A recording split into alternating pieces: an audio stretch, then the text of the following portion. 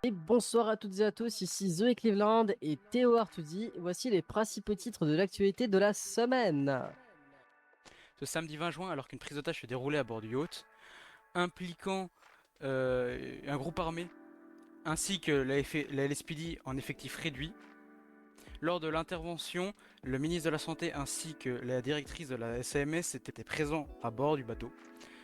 Ils ont pu être libérés sans problème. Et ce lundi, une nouvelle opération criminelle. Une prise d'otage à la Fuente Blanca a servi de diversion avant le braquage d'une magnifique banque de Los Santos.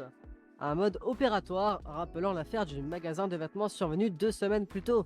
Cet événement se nommait la ferme en folie. Une activité liée dans le milieu de la ferme avec une prise d'otage sans dessus-dessous par la suite.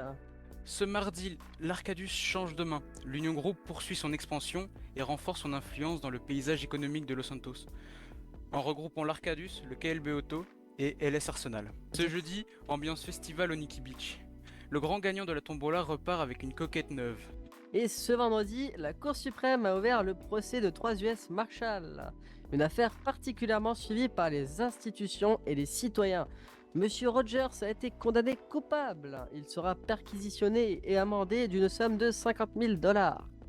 Tandis que Monsieur Mickey Smith a été jugé également coupable pour un trouble à l'ordre public. Il sera licencié des USMS ainsi que amendé de 100 000 dollars.